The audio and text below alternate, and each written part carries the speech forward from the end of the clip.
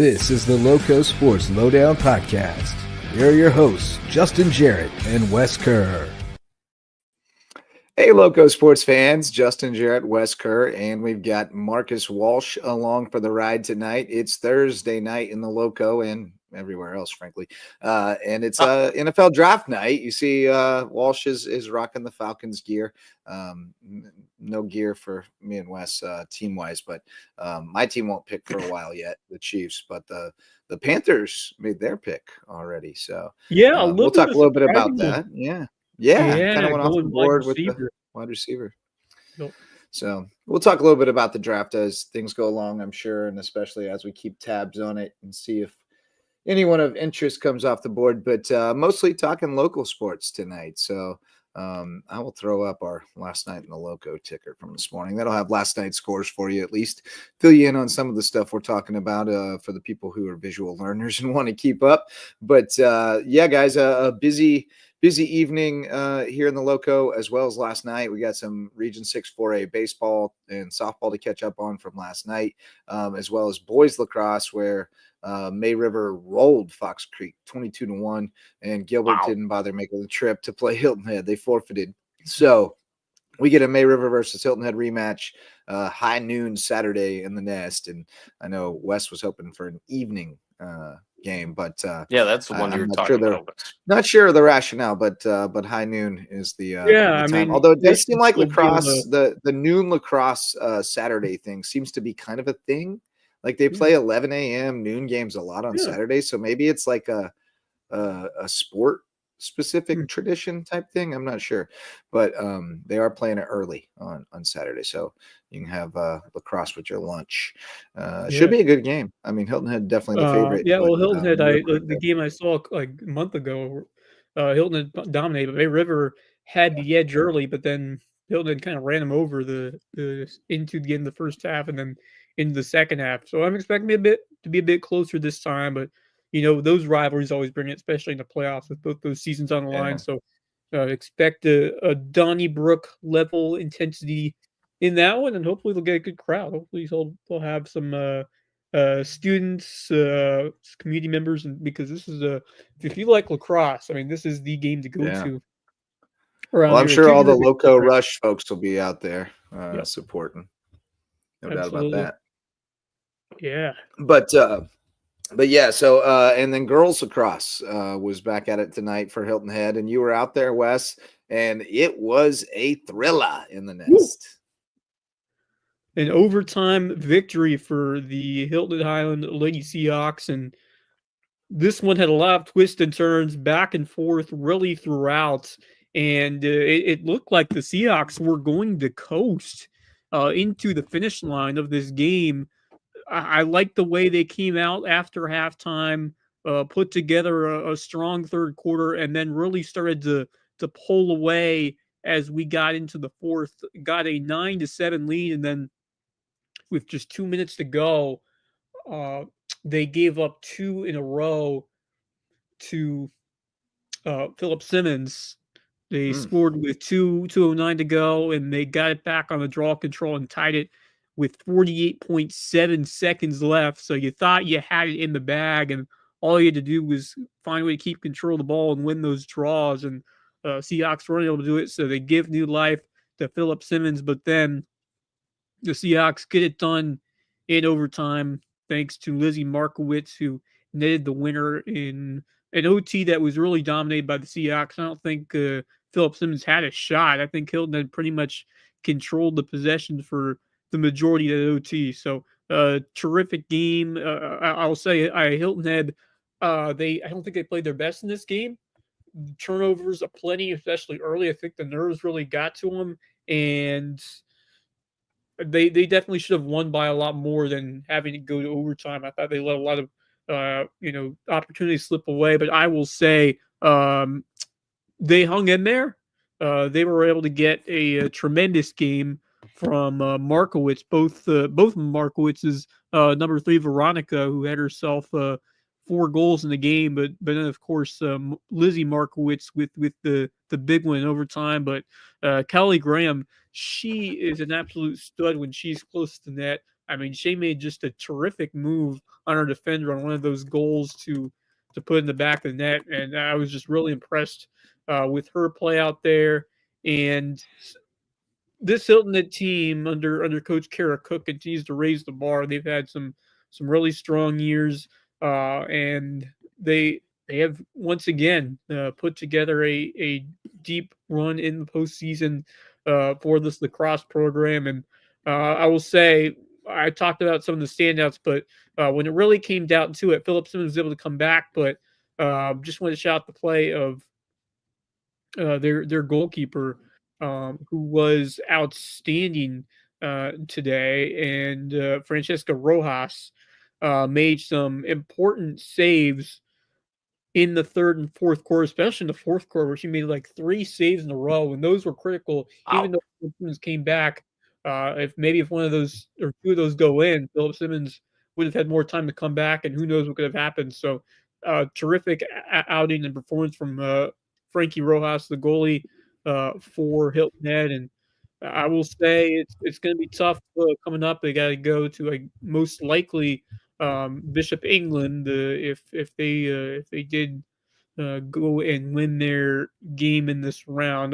They might not play tomorrow. I'm sure they did. I think the rest of the games are on Friday. They had to move this one up. This was supposed to be played on tomorrow, but because there are conflicts on the field, they had to move it today. But so Bishop England probably doesn't play and till tomorrow, both of the Markowitz girls really had a knack for finding the back of the net. But a great team effort, despite the fact that they turned over a bunch, especially in the middle portion of this game, but to still able to find a way to get it done. So credit to Kara Cook and this team as they move on to the semifinals. Yeah, man. It's great stuff. Good stuff. Really good stuff. Yeah. I got a few scores from tonight. Let me type in this one while I'm focused on it. Softball tonight. Beaufort 18-2 over Bluffton. Beaufort, by the way, knocked off Colleton last night. What was the score of that one? 6-3. Adeline Johnson with a really good outing, and they were able to steal one from Colleton. I don't think it's going to change the standings necessarily, but it pulled them closer to Colleton a game back. So, they got to take care of business now. And Colleton has May River tomorrow night at 7. So plot thickening a bit there, although it still looks like it'll go May River, Colleton, Beaufort. But Hilton had beaten Bluffton in the first meeting, but Bluffton got them last night 13-6. But then Hilton had bounced back tonight and beat my Canes 24-10. We actually played pretty tough, but they're just a little too much for us right now. Coaching staff doing a really good job with that Hilton Head team. They have improved a ton over the course of the season and won a couple of games that, against teams that had beaten them earlier, including Hampton the other night, which was a solid win for them. And then Cross Schools beating Battery Creek 9-8 on the softball diamond. Other score last night. Whale Branch beat us by 2 touchdowns. It was a weird game. I blackballed my first official, so we'll just put it at that. We were up 14-12 and we lost 29-14, and I blackballed my first official, so we'll leave it at that. And then we had a few other cool games happening today. Baseball, JP2 11-0 over Thomas Hayward. Battery Creek 16-12 over Whale Branch in a good little crosstown rivalry. And then I know we had some soccer on tap as well. But last night, more importantly, perhaps, we had baseball action, and Region 6 4A, as we've talked about a lot, is really tightening up, and even more so now because Bluffton beat Beaufort again 6-4. Wow. Another tough game goes to the Bobcats, and they are now a half game behind Bishop England, which, doing the math, so they have one against Beaufort on Friday. Even if they lose that, they're a game back going into that last series. So if they win 2 of 3 against Bishop England, they win the series. They end up tied. And what if May River sweeps Hilton Head? Then we could have a 3-way tie. You're right. Right. That would be interesting. That would be very interesting. And that might work out. I don't know what that would do, honestly. Yeah. I don't know what tiebreaker goes to at that that would be point. some So crazy. yeah, that would be very interesting. Yep. And that is not outside the realm of possibility. I mean, not at all. Hilton Head kind of struggling right now. They took a 14-3 loss to Philip Simmons last night. They're sitting at 5-7 with 3 against May River left. May River at 7-4, a game behind Bluffton, but with the head-to-head in hand against Bluffton. So Right. That would be. I'm not sure. I'll have to really dig into the tiebreakers. If it's certainly not within the realm of possibility that we could see that happen. Now, if Bluffton wins their the finale and gets the sweep of Beaufort, then it's basically a best of 3 for the region title against Bishop England, which would be a ton of fun. Right. And then Hilton Head would have a chance to play spoiler on May River in the other scenario. Indeed. So, it's going to be a really fun last series next week in that division, but still got games tomorrow night as well with Colleton and May River, the finale, as well as Beaufort Bluffton, the final game of that series. So I will not get. I was potentially planning to eat that one. Of course, I will be over in Hardyville getting ready to call the beginning of the final weekend series for USP baseball against USC Aiken, which will start at 6:00 tomorrow. Yeah, man. Good stuff. Looking forward to it. Should be a good. It should be a good series. I mean, I hope they can put on a good showing. I mean, I think they have an opportunity, but certainly they need to continue the momentum we saw in terms of their pitching staff. I liked what they were doing. I mean, two games where they shut out the opposition in Flagler heading into the 9th inning in the last 2 games of that series. So Aiken will be a tougher task, but I expect if the pitching remains solid, they'll give the offense a chance to find a way. Just the offense has been a little inconsistent recently, but you definitely know that can pick up, especially a emotional senior weekend coming up. It's senior. I'm not sure which day senior day is, but one of those days, it's you're honoring your seniors. So it's one of those weekends where I think USC is going to bring their best back home to Richard Gray, and obviously the odds are not the best right now in terms of getting into the postseason. You got to find a way to get a sweep or get some help and win 2 out of 3. And even winning 2 out of 3 is certainly no easy task against this Aiken team. But I think this squad's going to find a way to show up and make things interesting. They always find a way to do it at the end of the season. So I'm excited for. Yeah, they do seem to do that. Oh man, I hate that Ashton Genty went to the AFC West. Ooh, yeah. I saw the Colts got Tyler Warren, which I think by is the way, is Senior still on the board? Yeah. They're talking about him falling all the way to the 20s to Steelers. Wow, Atlanta's on the clock That'd be now. a good one. Yeah, they are. Max Mirage and his team will pick.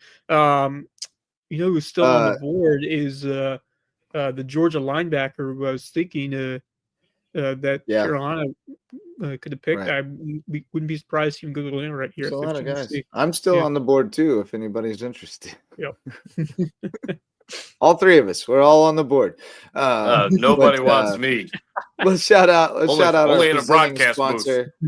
Many thanks to Mickelson Law Firm for all their support over the years. They're the all-star sponsor of LowcoSports and presenting sponsor of tonight's LowcoSports Lowdown. They're our official real estate closing attorney and presenting sponsor of our Hilton Head Christian Academy coverage, but they support all the teams in the Lowco and LowcoSports. They are big supporters of local sports and everything that we do to try to shine a light on these kids.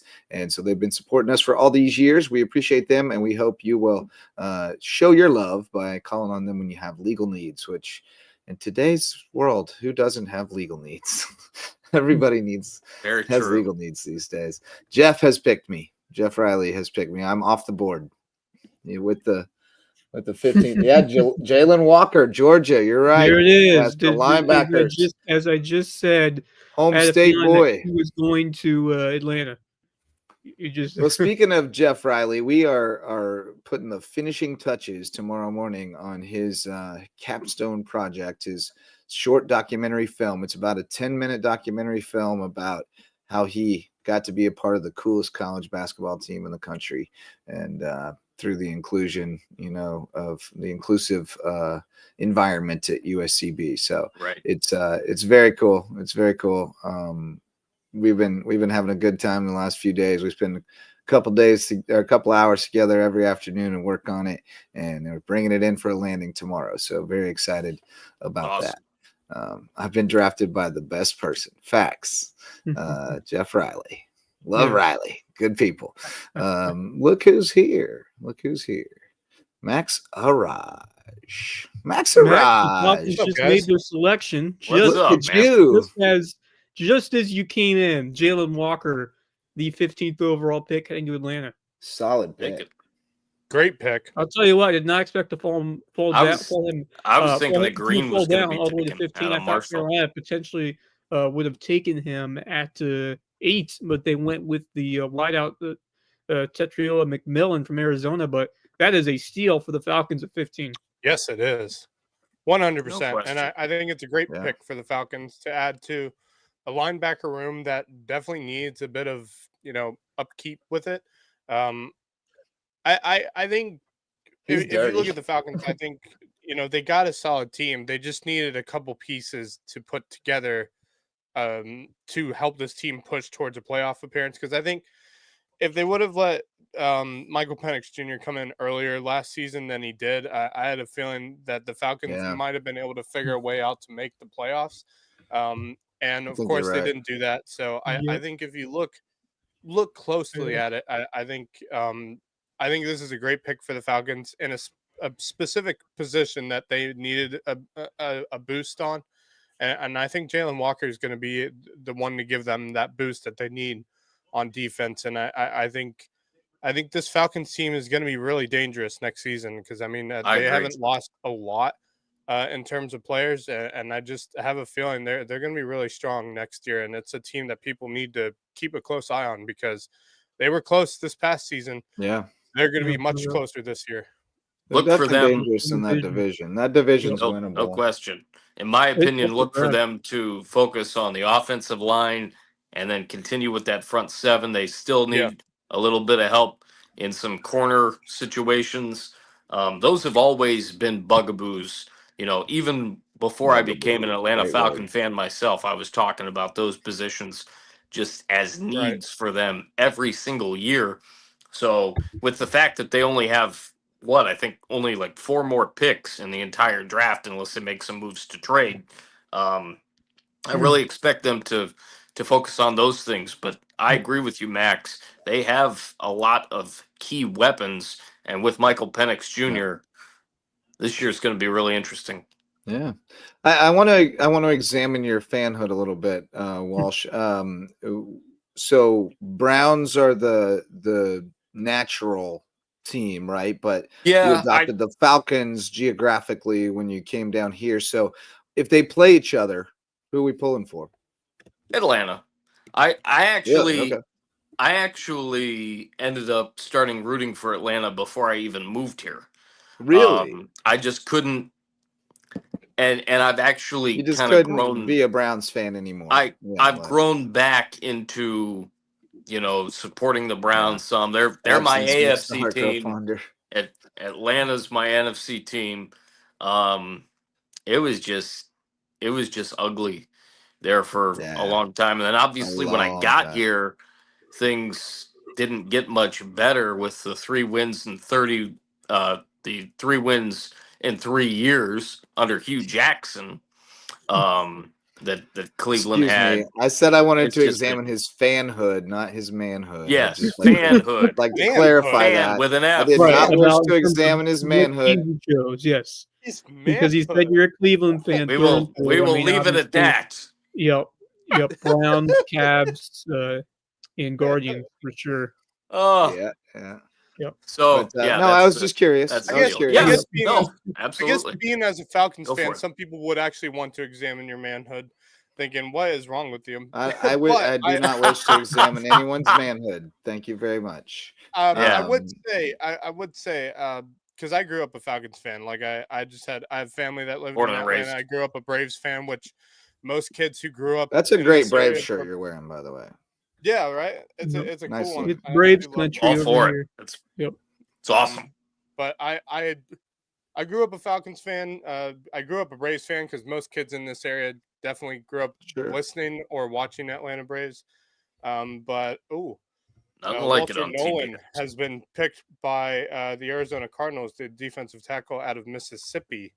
So look, we don't have to react to every pick. By the way, people can watch the draft. Oh yeah, I know. But I think the Falcons are literally. They're so close, and they were so close last year. I just had high hopes for them last year, and they just kind of blew it. Like I thought they were going to come out of the NFC South as the champions of the NFC South, and they blew it. They had the lead halfway through the season. They were first place in the NFC South at the halfway point of the season. And they blew it, and I should be used to that by now, just knowing Falcons have blown it for years. So, but I think this next season is going to be the season where they really start showing who they really are. Well, before you're Michael Penix under center, I think it's going to be really challenging. If he's going to be that guy who gives them that high potential and allows them to take that next step, I think he absolutely could. I'm excited to see a full year of I mean, obviously as a Panthers fan, I will wish him good luck, but we will see. It will be interesting to see how he does in the full year. Panthers good luck, man. I wish your Panthers good luck. I mean, I don't know. The way they ended last season was really encouraging. Now, if Bryce can keep up what he did to end the year, and now add a weapon in McMillan who has big play potential, can win those 50-50 balls, which is something the Panthers are lacking because they had. I mean, we saw what they had last year. And there were a couple games they could have won down the stretch, and the receivers they didn't have what it took in those last couple of games. Like Xavier Leggett, right. He had his moments, but certainly doesn't look the part of a true wide receiver one yet in the league. I think McMillan has potential to be that guy in the future for this team. So I'm pumped to see him take the field this year. The Bryce really needed a prime wide receiver one type weapon, and I think we could see that develop starting this year with a guy like McMillan who can contribute right away. I would have been surprised if they went to defense, but they still have a couple more picks to address that need, and I think they'll be able to make some moves in the future to potentially solidify that spot or add to it. So it's exciting. I still don't trust Bryce Young. If I'm being 100% honest, I still don't trust him as a quarterback right now. You shouldn't yet. Look, it's hard to tell. Like the question is, which Bryce Young are you going to get this year? Are you going to get the one that we saw? How many? How many more years is on his rookie contract? Do we know? It's got to be at least 2 years, right? This is his third year, so it 2 more years. Too much more, yeah. Okay. Yeah. Oh, this is third year? Yeah. Yeah. All right. Yep. This is his third year. So it's usually only a 3. Yeah, 3 or 4. Yeah. It's because they had trust in him, and he was the number 1 pick as well. So I have a feeling that gives him a little more, a little more leeway when it comes to your rookie contract. So, but club option 27. Club option 27, and then USA with 28. The Panthers. Yeah, with the Panthers, I do like how they're building right now in terms of their rebuilding process. I do like the players that they have picked up over the last couple of years, and especially the wide receiver they got out of Arizona. I watched some film on that guy. He's unreal. He's a special legit. Kind of receiver. So I saw his highlights. Game changer. Game changer. Yeah. Yep. I mean, anytime you pick a receiver in the top 10, it better be a game changer. Yeah, I mean, if you have that kind of pick, players. And that McMillan dude out of Arizona is no joke. Yeah, he's the real deal. But let's steer it back local. Back to the low country. Dirty Birds fan Alex Hagan shouting out Bridges Prep soccer teams. They have a solid shot of hosting their first ever home playoff game on campus. Just need to put up the goals. Nice. There you go. I like that. Jeff, I got to get the video from my daughter, but Jeff did throw out the first pitch for us again last night. Nice. I actually talked with someone who's on the inside of Bridges Prep's soccer program. Actually, he currently is working at Beaufort County Parks and Rec as well. Some of you guys might know him. Brock Vaughn actually helps coach Bridges Prep Soccer during the spring season, and he thinks they're good, but he thinks their challenging opponent may be Academic Magnet. Academic Magnet's very good, very good. He thinks if there's and Bridges, Bridges always runs into an issue that happens a lot when you have a pretty good small school team in this area, like a 1A or a 2A, and you're kind of better than the competition around here. Is you just you can't hardly, unless you go play the big boys, you can't hardly face any competition. It's hard to find teams that want to play you. They suffer from that a little bit, and they've gotten their eyes open in the playoffs early a couple times, but I think they'll be a little better prepared this year. But that region just doesn't prepare a soccer team all that well for the playoffs. It's not, they don't have a lot of challenges. So it's tough, but they got a good squad, good, well-coached team. So they could have a good year. That was the big stuff I saw. I was also going to shout out, I think he means the baseball and softball are both at the same place tomorrow, May River and Colleton. But Coach Schrappen from assistant coach from McCracken Baseball, got the dub tonight. My boy True Dog had an RBI single. Beat Bluffton Middle 9-3. They advanced to the district championship game, where they will wait either Hilton Head or River Ridge, who ended the night tied at 4 when darkness fell.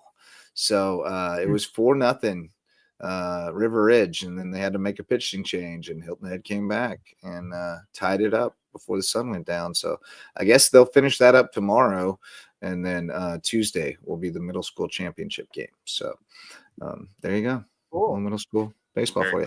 Cool. Let's shout out some sponsors. We got a couple Lowco Booster Club members to show some love. We got Hudson Seafood House on the docks, welcoming them back to the Lowco Booster Club. Great place for seafood, sunsets, and cocktails on Hilton Head Island. And presenting sponsor of Under the Bus. We're going to have a new episode coming at you Monday night. They're going to wrap up the draft and catch up on some things over the last couple of weeks and set us up for the summer on Under the Bus. And then new sponsor, Hilton Head Furniture. They get handcrafted furniture made right up the road in Hickory, North Carolina. Bring it down to the island to sell to you to keep in your house for a long time. Hilton Head Furniture, providing great quality furniture that will last a long time. And Hilton Head Island Windows and Doors. Coach Barron from Hilton Head Prep finally hanging up the whistle, and now he's running a business, HHI Windows and Doors. He wants to improve your view of the Low Country. So if you need help in that department, call on Coach Barron, call on HHI Windows and Doors, our newest Lowco Booster Club sponsor. All right, boys. What do we want to get into? I was trying to find the Low Country Championships track and field results, but they don't seem to be loading right now. I have not actually pick through those, but I haven't seen anything come up just because it's a interesting meet for a lot of people here in the area. Well, it's up on Mile Split, but it's not. Something's wrong with it. It's not loading. It hasn't updated or anything. Yeah, it just, when you go to the formatted view, it just shows loading. It's like it's not showing the actual results. So it must still be uploading or something. I don't know. But anyway, I was going to look that up because I know that I like to see who the fastest people in the county are. The 100 meters. Right. And I know that the Hardyville 4x1 finished second to Beaufort, and it was close. Yes, they did. We ran 4 sub-11 splits, which is pretty awesome. It was like a 43 something. That's impressive. Really solid. And we had 1 sub in there too, so pretty cool. But I love to see that event. That event is awesome. Lowco Championship, getting a chance to see everybody go head to head on a weekday. Shout out to Hilton Head for what they've done as far as hosting midweek track events this year. I came over. Awesome. I was heading towards the football field because I was expecting to watch lacrosse, and all of a sudden it was packed with track and field athletes, and I was just able to glance a little bit and see what was going on over there. And I didn't realize it. The game was forfeited on the lacrosse side, but it worked out because they were able to have this track and field meet, and it was packed. We saw schools from so many other areas across Lowco, and The one thing I will say is that maybe they would have been best to do it on a night where their softball wasn't playing, because there were next to no parking spots available. Because there wasn't just track and field going on. There was also a softball game between Hilton Head and Bluffton. And there was supposed to be lacrosse, right? Yeah. So, yeah, crazy. So that would have been crazy. Packed house over in I've never seen all the parking lots filled as I saw on that campus. Obviously, doesn't help that they're also doing construction on the school, which also I was gonna say I haven't been over there many times in the spring where it wasn't like that. It seems like it's always like that. Yes, in the spring, really just because there's really so much going on, and there's just not a lot of parking around there. Anyway. Yeah, well, also the schools, the buildings under construction, like right? There's major. You can't even, you can't even like drive all the way around the building right now. Yep. So it's a nightmare over there at the moment. But it's going to be beautiful when they get it done. It's a big building too. It's huge. I saw what they were building the other day, and I was like, my goodness, that thing's going to be that's massive. 3 stories. Wow. It's huge. Wow, that's insane. Yeah. I want to give a shout out to our boy Scott Rast over at Buford. That softball team didn't have any business being very good this year after what they graduated, but they're sitting at 9-8 with some really solid wins under their belt. And that win over Colleton last night was really impressive. That's a good team. Was very impressive. Adeline Johnson struck out 14 and walked 1 in that game, doing her best Kylie Rast. Yeah, Kylie would be proud of that. Especially with how good Colleton's been this season. The only mistake she made was our girl Brooklyn Holmes took her yard. Because Brooklyn can do that. In fact, I think I can find Brooklyn's homer on her daddy's Facebook. I know I can, as a matter of fact, because he posts everything, and she got it pretty good. Yeah, a pretty impressive win for Buford, especially with the way Colleton's been playing this season. They've been a very strong softball program this season. And I have not been able to see either one of those teams yet this year, just because I've been busy with, of course, coaching my own team this year and, work and everything like that. So I haven't actually been out to see a lot of teams this season. Really, the only other team I've seen this year is May River Baseball, to be honest. I haven't been able to see anything else this year. But it is a very impressive win. But, I mean, Scott Rast is a fantastic coach. I mean, I got to watch him a lot last season. One of my first games with Buford's own in the spring season last year was Buford High School, and getting to see Kylie Rast be the amazing pitcher that she is. And so, but I also noticed how great of a coach over last season Scott Rast is, and he's fantastic. And I'm happy that Buford has him currently, because I wasn't sure after last season if he was going to come back and coach this year at Buford, just because of Kylie graduating. Yeah, so I wasn't sure. What was going to happen. I wasn't either. I was happy he did, and Adeline put him on her back last night. Not only did she have the 14 Ks in the complete game, but she went 3 for 4 with a homer as well. So big time performance from that young lady, and they're gonna get gonna be in the playoffs, and they might take somebody down. So. That'll be fun. Wouldn't shock me. Wouldn't shock me. You guys got anything else you want to talk about tonight? Loco sports wise? I'm like I said, I'm looking forward to USCB and that baseball series starting tomorrow. I will be calling the baseball most likely, but also softball. Well, softball doesn't get started until Saturday. We have 2 Saturday and 1 on Sunday. But baseball gets going tomorrow, and I said this USC Aiken team is certainly beatable. Winning 3 in a row is going to be tough, but it's an old saying, but you can't win 3 until you win the first one.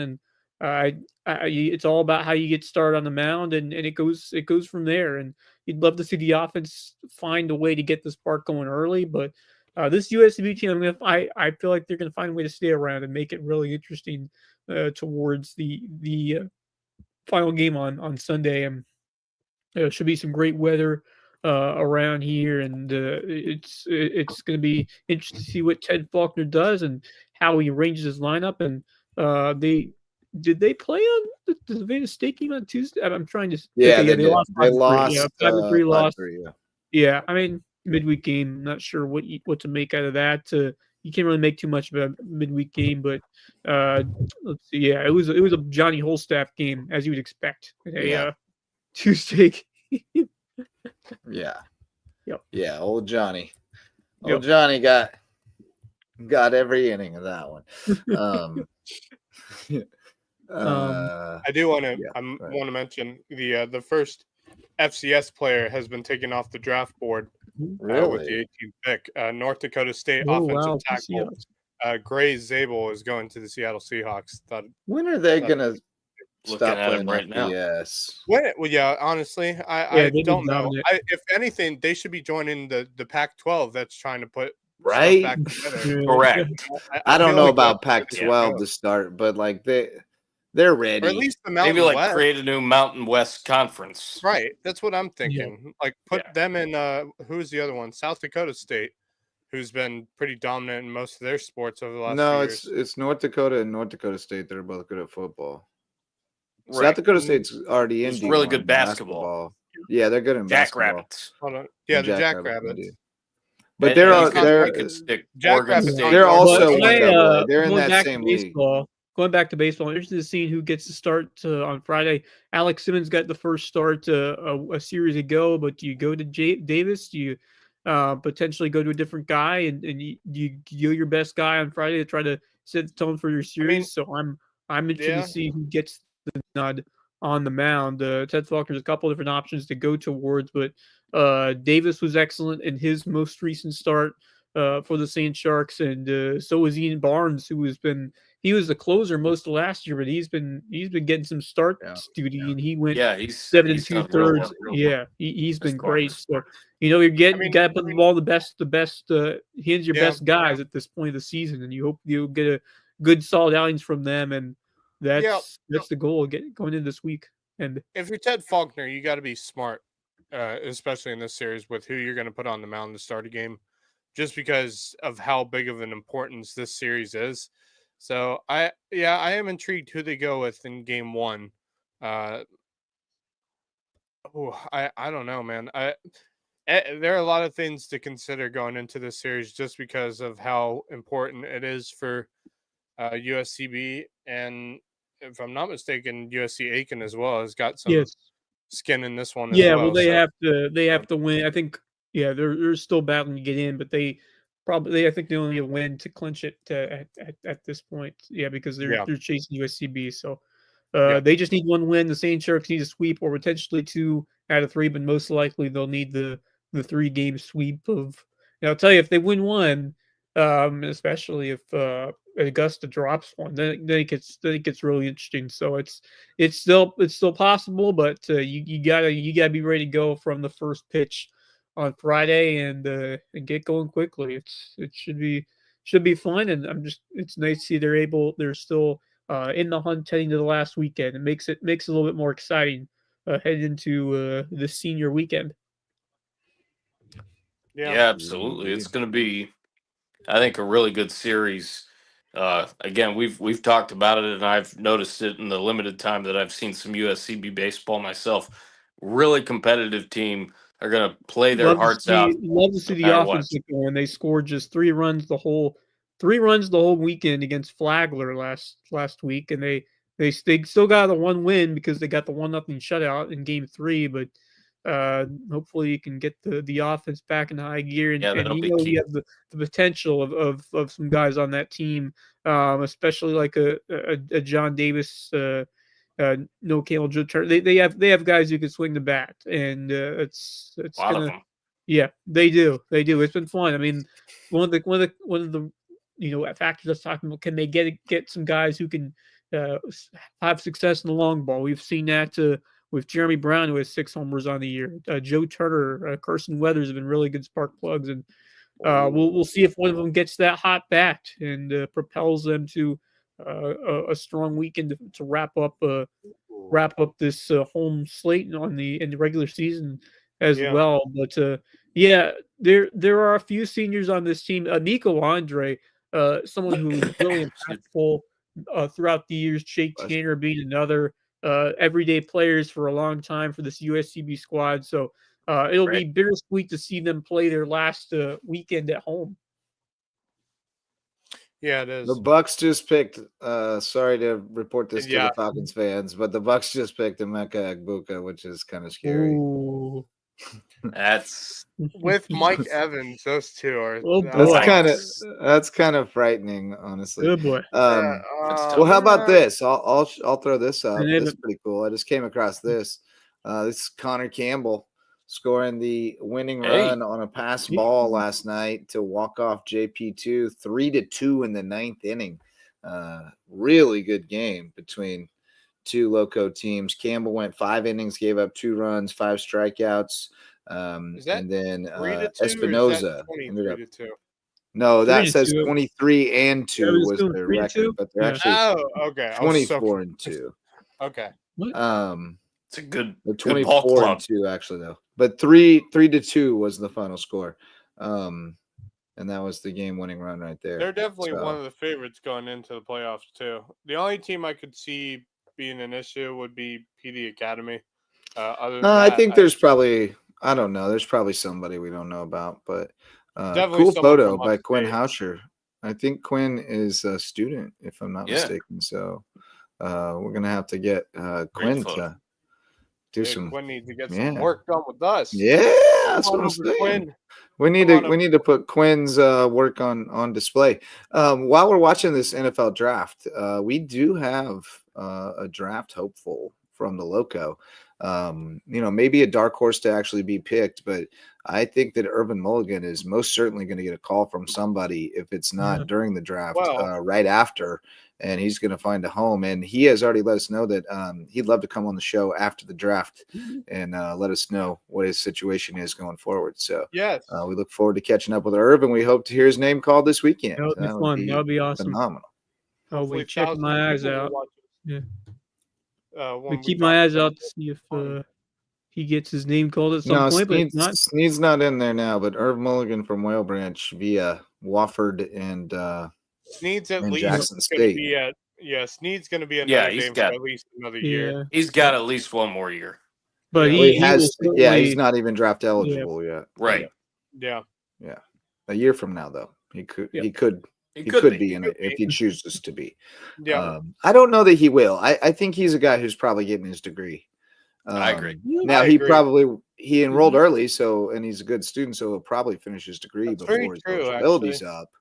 But especially because he redshirted his first year, so he's going to finish his degree before his eligibility's up. But I think he'll finish it before he goes to the league, and he may even, if he's not sure he's going to be a high pick, he may even go the graduate transfer route. I mean, his family definitely believes in education, and he's going to leverage that to the level that it feels like he should, And I noticed that you don't want to risk injury if you're going to be picked, but it's Irv Mulligan, not like Urban Meyer. Kevin's a bit off tonight. I think he needs a hearing aid tonight because I don't enunciate.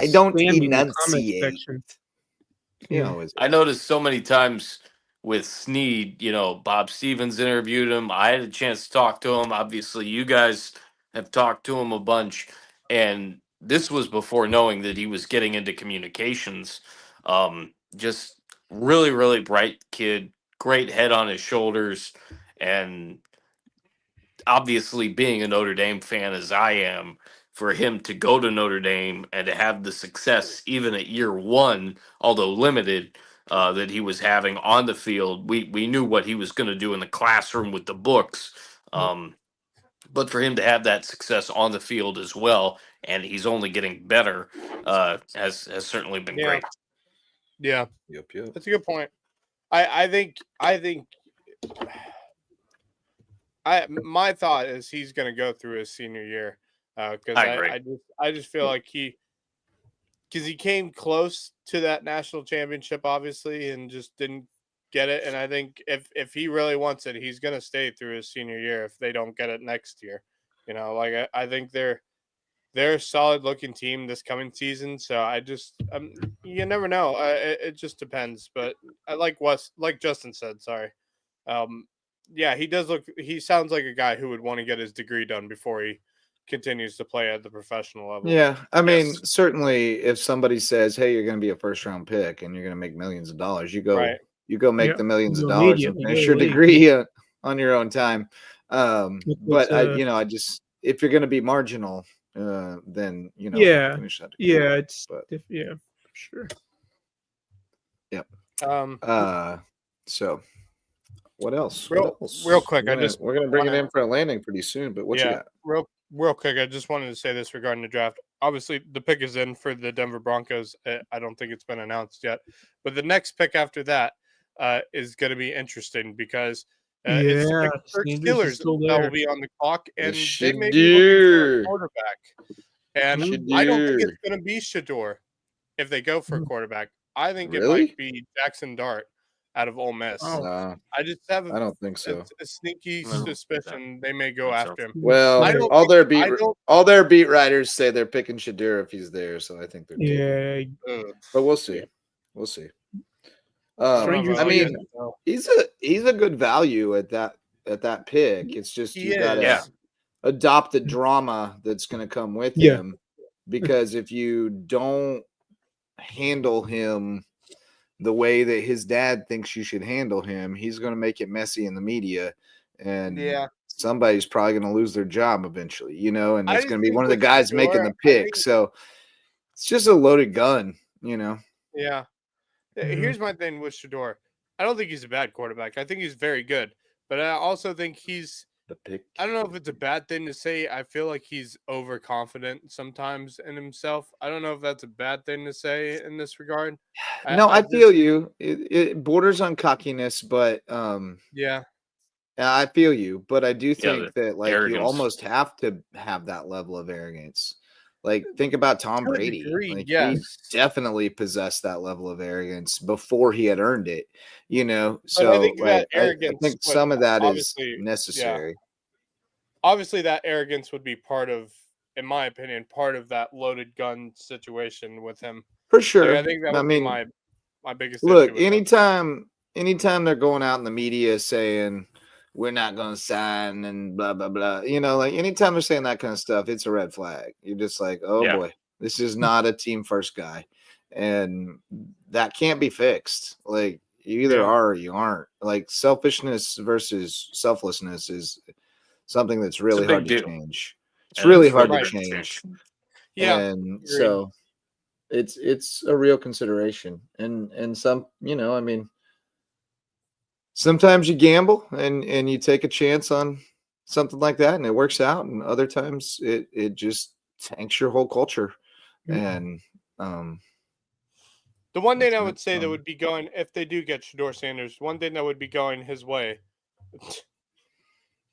the one thing that would be going his way is what he would have around him when he gets to Pittsburgh, if he does end up getting drafted by the Steelers. I think it would be, I've heard Kornheiser make this point a lot, and I agree completely with it, that the situation you're drafted into matters so much when you're talking about quarterbacks. 100%. And he talked a lot about Roethlisberger and the fact that Right. had Roethlisberger been drafted into almost any other situation in the league that was looking for a quarterback at that time, it would not have worked out. But it worked out great in Pittsburgh. He was a great fit, and for what they had, what they did, and what they needed, and he adapted to it and grew into it, and it was perfect. Yeah, But and he grew I past think it. Like, he grew into more than just a Right. quarterback like that fits in the system. He became one of the better quarterbacks over the past 2 decades. I in think the if NFL. Shadur had gone to a top 5 draft pick team, it could have been a disaster. It could have been Because interesting. Yeah. But I think Especially- with him going to an established contender with presumably, if the Steelers pick him here, the way they play with a defense, veteran That's what I thought coach, before- yeah.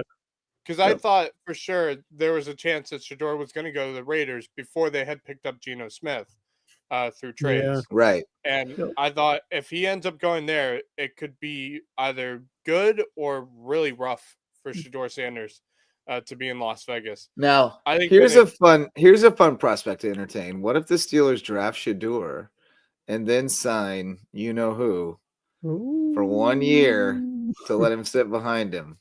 That would be a wild quarterback room. That would be a wild quarterback room, right? A-Rod and Shadur. Let's be honest. I mean, the Falcons kind of did that, but almost kind of the opposite way, reverse, where they picked up Kirk Cousins and then drafted Penix Jr. Yeah, Right. But I'm just talking about the two personalities of Shadur that Sanders would be and Aaron Rodgers. Hard Knocks worthy television. No question. That one. Oh. You'd have Aaron Rodgers is going on McAfee, and then freaking Dion's booking himself on every show he can get on, and they're just sniping at each other. Oh, it would be so much fun. That would be insane. That'd be a blast. That would be an absolute blast. Well, the pick is in. Well, I'm going to scroll. Let's see who they've picked. I'm intrigued. I'm going to scroll through the IGs real quick, see if I see any news out here. Jeep Patrick, I believe he. Yes, man. He's still in action. Yes, he is. But individual men's golf champion for the Big he was South. Also the freshman of the year. First which I had no idea for the Blue I had Hose. no idea. Yeah, I had no idea they were playing that tournament over on Fripp Island, not Fripp Island, right over which here. I had no idea. So also really cool. his 63 in the first round tied the Big South championship record. Insane. Yeah, that's crazy work. I have a feeling Jeep has played that course before too, because he's a guaranteed local, 100%. So he knows every in and out of that course. Looks like this happened last week, but we may have talked about it. Hilton Head Christian boys golf winning the region championship. Yeah, I mentioned it. Sage Bradshaw with the individual title. Yep. When is their state tournament? What's going to be interesting is that they're no longer having to compete with Hilton Head Prep for a state title. So that could be Derek Harmon from Oregon. They go with a defensive line. They didn't even go with the quarterback. Wow. They snubbed Shadur. Shadur. Wow. Shadur's getting the Brody Croyle treatment. I just had a weird feeling that they may not draft him. Brady Quinn. He may not go in the first round, because if you look at other teams here, there's not anybody on the remaining list that would hypothetically take a quarterback. I mean, Chargers are on the clock. You got Green Bay, then Minnesota. What if the Browns get him in the second round? Oh my God! Could you imagine? That would be interesting. Wow. Because I mean, if you look at the rest of the list, they all have solidified quarterbacks from here on out. Yep. You know, so I don't think anybody's going to take a quarterback here. I think this is where it gets interesting. Because see, this is where it gets interesting, because now somebody might try to trade up to try to get him now. Somebody who's sitting waiting, and they don't want to wait and make sure he falls to him, might try to jump up and snag get him. Yeah. So this is going to be fun now. Means only one quarterback's going to be taken in the first round this year. Not necessarily. That's what I'm saying. Somebody might jump up right now and try to go get him, because they didn't expect him to fall past here. Yeah. That or they draft up and go after either Shador or Jackson Dart, because I think Jackson. Yeah, well, who was it? It was saying they really want. Somebody has. A couple of teams have actually said that Dart was their guy. So this is going to be interesting. It's going to be really interesting. See how this plays out. I don't see any big news. Yeah, Chargers need a tight end, a receiver, defensive line, running back. Yeah, I don't know.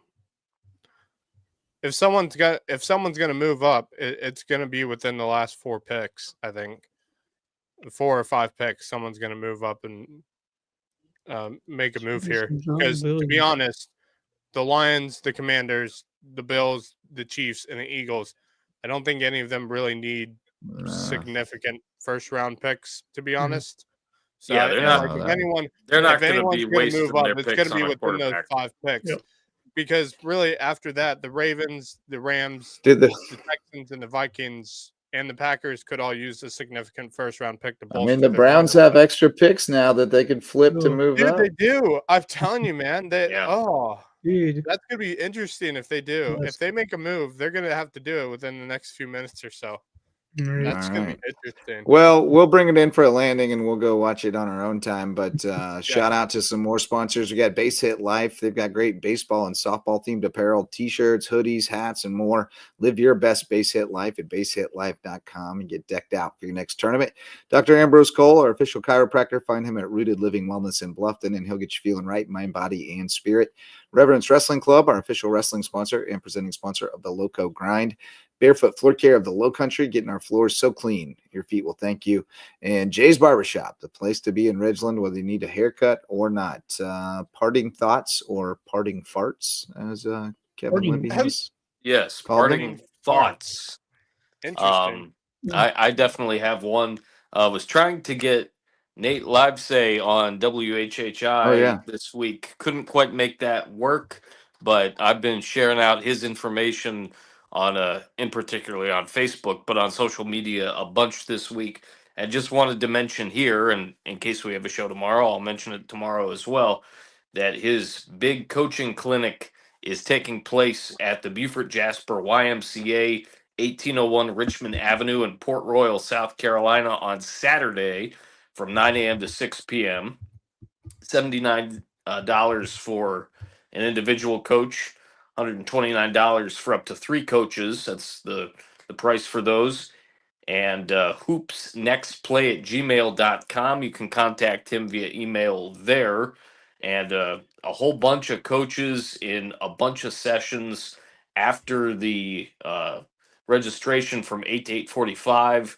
Literally sessions from 9 o'clock to 5 o'clock. And speakers, times, all subject to change. So stick onto the website for that. But this should be a really good clinic with one of the guys that's really very, fundamentally sound, obviously in the area. It's been great in getting in contact with him because he was one of the first guys, especially with Skiza basketball, that I was covering on the guys' side back in the day. There you go. You take a look at the info right there, and Yes, should be a great event on Saturday. Yeah, Nate's a guy that, like you, I've known him for a good while because he came through and he was at Beaufort High for a couple of years where he coached Ryle Owens, who's still playing professionally overseas. Then he was at BA for a good while and then kicked around a little bit. He wrote the book about his experiences as an Uber driver, which is really interesting. I've seen him for years. I see him in and out of the gyms. And we're in touch every now and then. He's really dedicated to improving the quality of play in the area, even though he's not coaching anymore out of school. And I love this idea of the coaching clinic. You have a lot of times where coaches get an opportunity that they're maybe not entirely ready for, and there's nobody there to support them, to help them grow as coaches. That's why coaches go to the clinics and conventions and stuff and try to pick stuff up. But to have somebody, just show you some drills that can address certain fundamental weaknesses and stuff like that, and just put them in your toolbox is a great thing. And it's a good thing coaches doing. So hope that folks are able to get out and do that. They got some really good coaches coming in. Dorman High School, Thomas Ryan, Dion Bethea from Gray Collegiate, of course, has a powerhouse team. I don't know much about One Heartbeat, but I'm guessing that's a big time program. Tommy Brown, George Brown from Savannah High, and then some college coach Rob Burke from Chowan, and then Jesse McMillan from Norcross High School. So they've got a lot of names, a lot of folks coming in to try to share their knowledge. Good call, Marcus, on that shout out. Wes, Max, what you got, boys? Go ahead, Max. You have anything? Oh, yeah. Well, I saw this. Of course, the golf U.S. Open will be taking place obviously this summer. But what's going on right now is the qualifiers for the U.S. Open. Oh yeah. And I just came across this article of one of the qualifiers was taking place in Knoxville, Tennessee, and of course 4 tickets go to 4 players to reach the U.S. Open final qualifier, and one of them went to a 14-year-old kid named Raymond Bell. He What was his a name? Raymond Rebel. He shot a 3 under 69 at Three Ridges Golf Course in Knoxville to earn him the fourth and final ticket to the next stage of the U.S. Open, which is, of course, the final qualifier.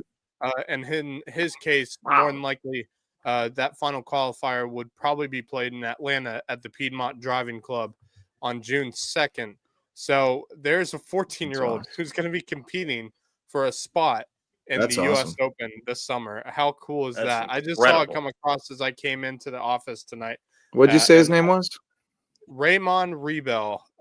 Yeah. Well, it says he's an alternate. He's an alternate. He got the fourth and final ticket. I don't know. But I did see. Oh, no, never mind. The A is amateur. Okay, never mind. Oh, yeah. Keenan Husky was there. Yeah, he was the only amateur who qualified out of that site. Yeah. I mean, unbelievable. A 14-year-old kid. Don't hear many players at that age making it to a final first qualifier. I mean, the only other player I could think of who probably made it at that age in this country. That's pretty crazy.